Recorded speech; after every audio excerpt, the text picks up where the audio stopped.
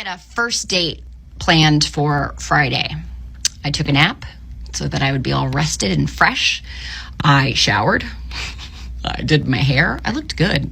And then I sat in a restaurant for a half hour waiting for him, and he never showed up.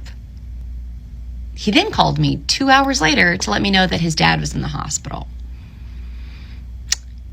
And then he called me after that to tell me that his dad wasn't actually in the hospital and that he lied.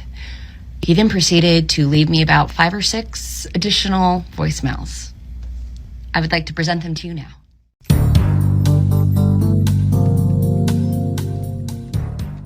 Hello, human family. How are you? It's Darren. Welcome to another episode of Fully Alive Again. I have a fantastic show for you guys today. It's so good to be back in the saddle. I missed the process and I missed you.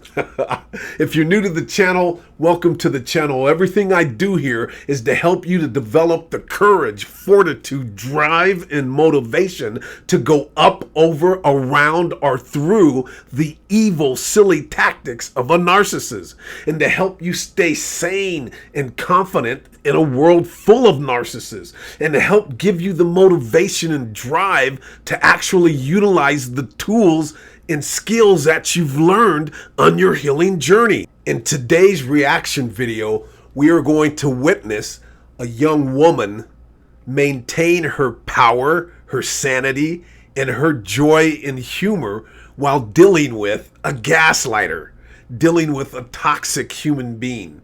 And it's absolutely glorious how she handles this. So let's do what we do and dive deep.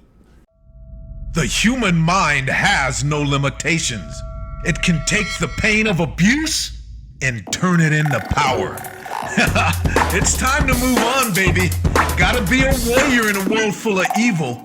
Welcome to Fully Alive Again. Let's go. And then I sat in a restaurant for a half hour waiting for him, and he never showed up. He then called me 2 hours later to let me know that his dad was in the hospital.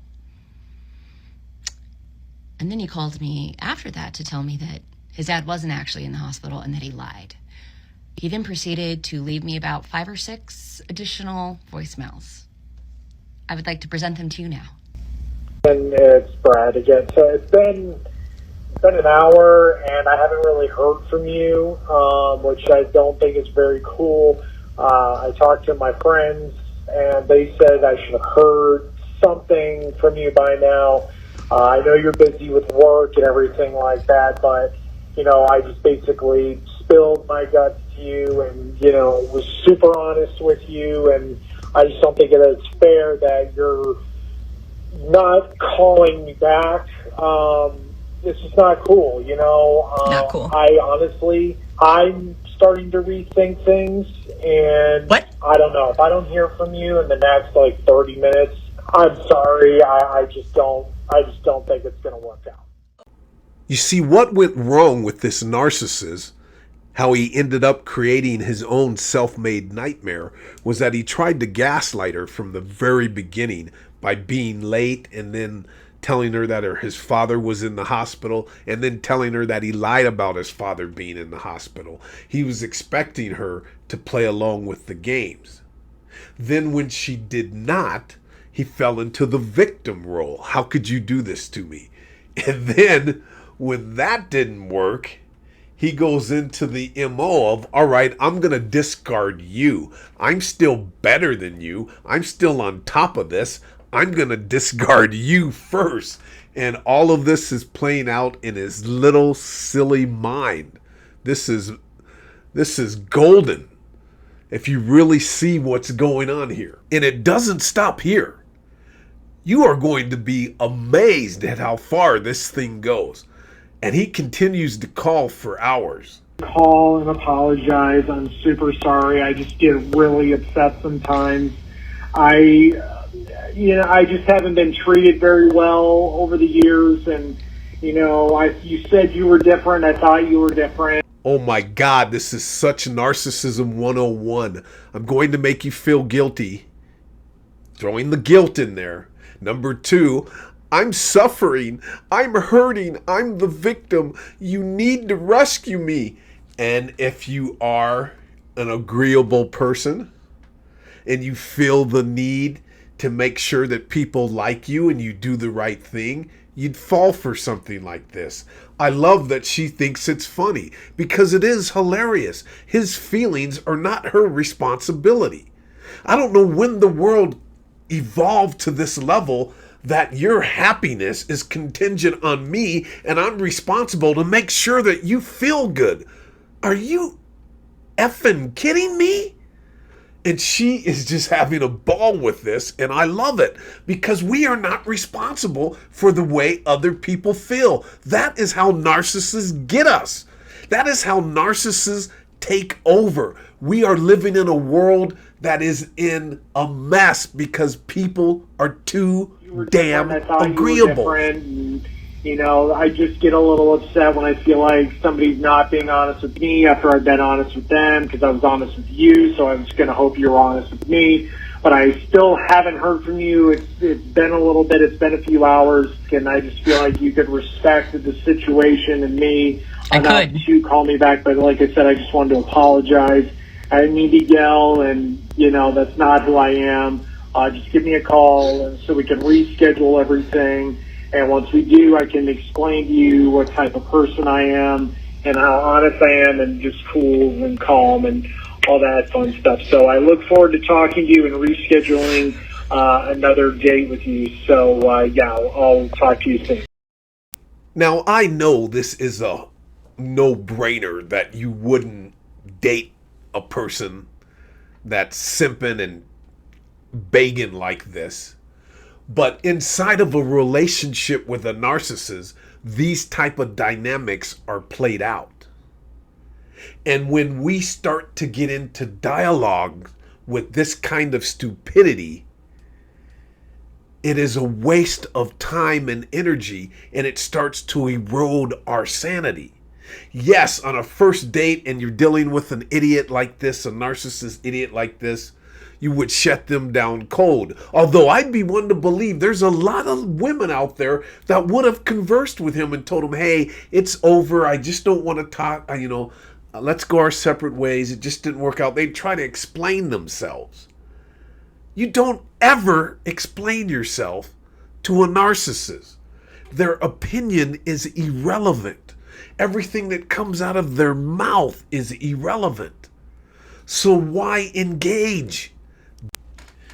You see, and this is a really healthy young woman because she's listening to her intuition. I already know who you are. I'm not going to allow you to tell me who you are.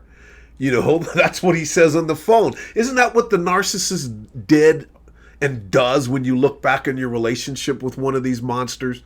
Weren't they constantly telling you who they were or putting down someone else and then saying how they wouldn't do that? They're always painting a picture that's completely on the contrary of who and what they are.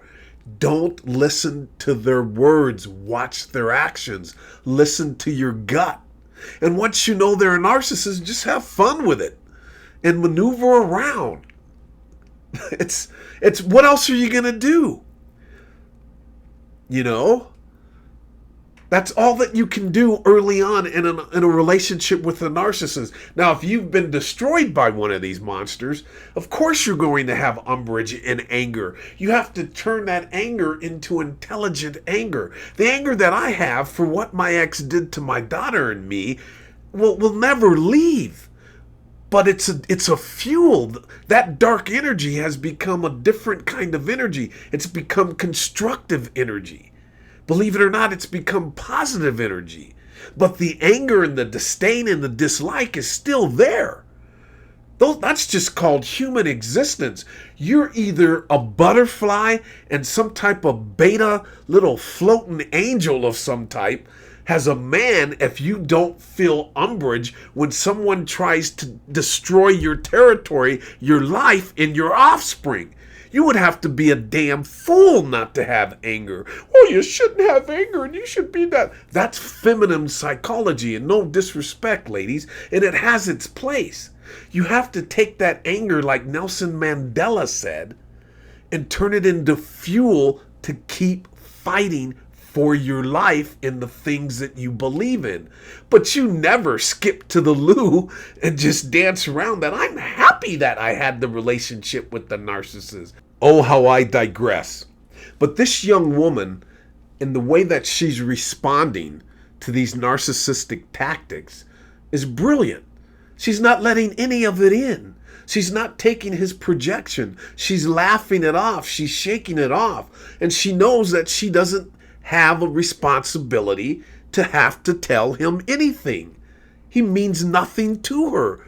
That's the stance that we should have when we're in a relationship and coming out of a relationship, and when we're dealing with these monsters in any kind of shape, form, any kind of communications. Don't take it serious. Act accordingly. Do what's necessary to keep harmony and excellence in whatever environment you're in, but don't take them serious for one moment. Now, this continues a few hours later. He's still calling. You know how a narcissist is. Do they stop? No. He's getting his narcissistic groove on. He ain't no joke. I think this one's my favorite. It's the piece de resistance. Why haven't you called me back? Oh, I don't know. How did somebody do that to somebody else? I told you that this has happened in the past. You said you weren't going to do it. You said it happened to you, and it happened to me. That's why we got along so well. I have left several messages spilling my heart to you. All I'm asking for is a callback, and we could go on a date. I could treat you really nice. I really can. I just don't understand girls like you. I thought you were different. Yeah. I really am a swell guy. Oh my God. If that's not narcissistic rage, I don't know what is. You see, the narcissistic rage comes from early onset, when you just met someone like she has with this man, is that in their own little sick minds, they believe that they own you and possess you. He thought he had a victim. They're parasitic. He had been stalking this woman somehow, some way, examining her, learning her nuances. He really thought that he had his teeth in and he was going to have a play toy. Little did he know, she's not the one. Now he's enraged. In their minds, they really think that they own you because they're cuckoo, cuckoo, cuckoo. They're batshit crazy. And she's just laughing it off like, no way, buddy. And then he's trying to convince her that, if you really think about it, I'll show you my I'll show you my better half later. Good for her. And this can be broken down into a person at work that you're working with, a colleague, a coworker, a sibling, a parent, a friend, or a relationship that you're currently in and getting out of with the narcissist. Do not engage in their conversation. Everything they say and do is to get a reaction out of you and to try to manipulate you, steal your sanity, change your self-perception, and control you. She exemplifies exactly what should be done while dealing with these monsters. No matter what environment it is in, no matter what type of dynamic is happening in the relationship, be it an intimate relationship, personal relationship, family relationship, remain calm and don't take it personal. While they're doing the ass clown narcissist dance, all that you should be doing is saying to yourself, calm mind, calm body. I'm in control. Calm mind, calm body. I'm in control. Calm mind, calm body. I'm in control. If you can keep your cool and stay calm, you will make the right decisions. You will make the right situation move. in the works. But wait, there's more. I was just thinking, please do not put any of my information on TikTok. Like I said, I'm kind of a sensitive guy. I'm a private guy. And just please, whatever you do not put this on TikTok. I would never. That is the last thing that I would ever do. But after you screamed at me and you, like, you know, stood me up and the, like, 7 voicemails, I forgot. I really like that she took a jab at this person and hit back. Narcissists get away with so much stuff, so much vulgar, destructive things that they do to other people, and sentient human beings feel the need not to ever hit back because of this, that, or the other. And that is a recipe for disaster, and that's why they keep doing what they do. I celebrate that this woman did the polar opposite of what he asked. That's what they deserve. You have to count the cost before you do that type of thing to someone. And what she did was absolutely minor, but whatever you choose to do, count the cost, be calculated. But don't just sit back and be a punching bag and respect their wishes. I love that she hit back. You know, that legal get involved. Just please, just don't do it. Just be smart and just don't do it, okay? He's threatening me. See, narcissists are bullies. You remember how he was crying in the beginning and how he's had a hard time and all of this sympathy stuff he was trying to lay on the table? And then he threatens her. And I'm glad she still did it. We wouldn't be watching it if that threat intimidated her. You have to stop being a doormat. And you have to do it your way. You may get to it incrementally. There may be a day that you just say F it and it starts right here and now. But there will come a time, and I say the sooner the better, that you stop being a doormat. And now we go into the grand finale. The unthinkable. Your mind cannot fathom what's going to happen next. Just ponder, how many different avenues could our dear, swell guy take? How many choices does he have? How can he win her back? The love of his life.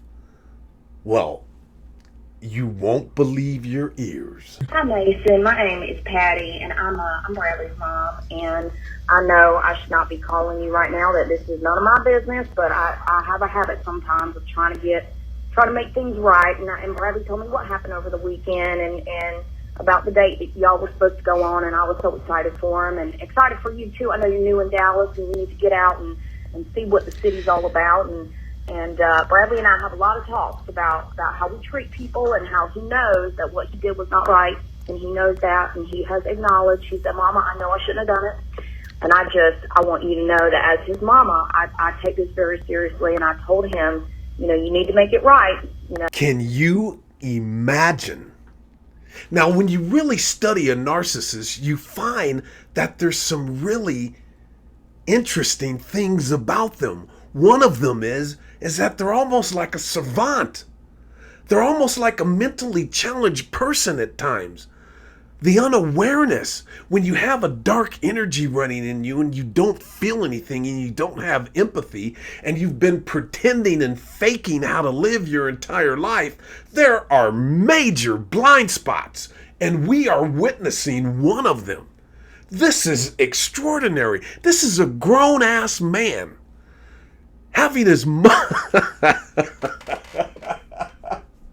having his mama call. Mama, would you call it, please? He's probably running around the house in a narcissistic rage. And his mom's probably the narc that's kept him under her wing. A mother narc always wants their children weak, malleable, and controlled and by their side for life. They both probably thought they could feed on this young woman. They're thirsty, and she's calling the support. His mom is his flying monkey, for God's sake. You know you're dealing with a narcissist when they do unbelievably stupid things like this. It's not how we treat people, and he knows that, and he's always been such a a good, kind boy, and I just feel like, you know, maybe if you would consider giving him another shot, maybe you guys could figure this out. And so, what I was kind of hoping was that you maybe come over to our house and have supper and just kind of let you see that Bradley's a good boy and that, you know, I raised him right, and he knows better than to do what he did over the weekend. You see, this isn't the first time that they've done this to one of his targets, or should I say, their targets. This has worked in the past. This isn't their first rodeo. The mommy and son dynamic duel. They've done this before, in my opinion. She's wise enough not to bite the bait, not even to take any of it serious. But you would be surprised how many people out there who want to be agreeable and hear someone's mom call and don't want to be disagreeable and want to be a nice person and don't want to have somebody post something negative that I said. I mean, his mother called you and you didn't pick up. Oh my God, then he went out and he drove his car off of a cliff. If he did, what does that have to do with her? You would be surprised how many people would pick up the phone just to say, no, thank you, or I can't. I appreciate you calling. I'm sure he's right for someone else, but not for me. If you are that type of person, you have a lot of work to do. You need to be disagreeable. You need to go out there and be rude to somebody. You need to hang up on somebody, ghost somebody. You have to get a backbone because narcissists can sniff you from a mile away, especially if you're a female. A male narcissist will pounce like a lion on you, and they will use every trick in the book to get you to submit and give them a broader opening so they can come in and feed on your energy. In your sanity. This woman gets an A+ for how to handle a narcissist in their flying monkeys. He pulled out the mama card. Mama come help me card. Well, that's it for today, you guys. I hope the takeaway is that you're not going to submit your sanity, your focus, your energy to anyone. That you are a sovereignty human being. You have a right to your energy. You are not responsible for making other people feel good about themselves or keeping them happy or safe.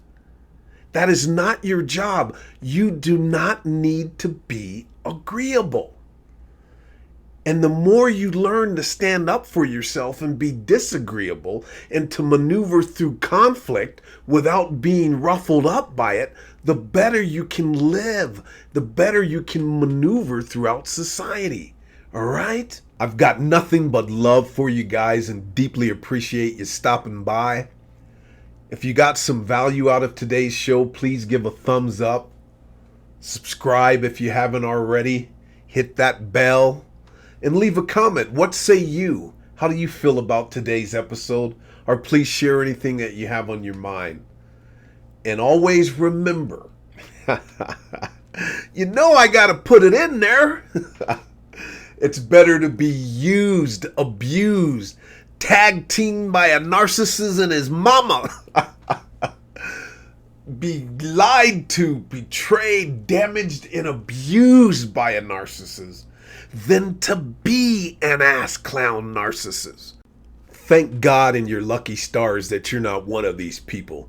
And be good to each other as sentient human beings. You never know who's dealing with one of these destructive human beings. So be good to one another, love one another, and stand up and be strong. Hit back! And I'll catch you guys on the next video. Until then, peace. Be well.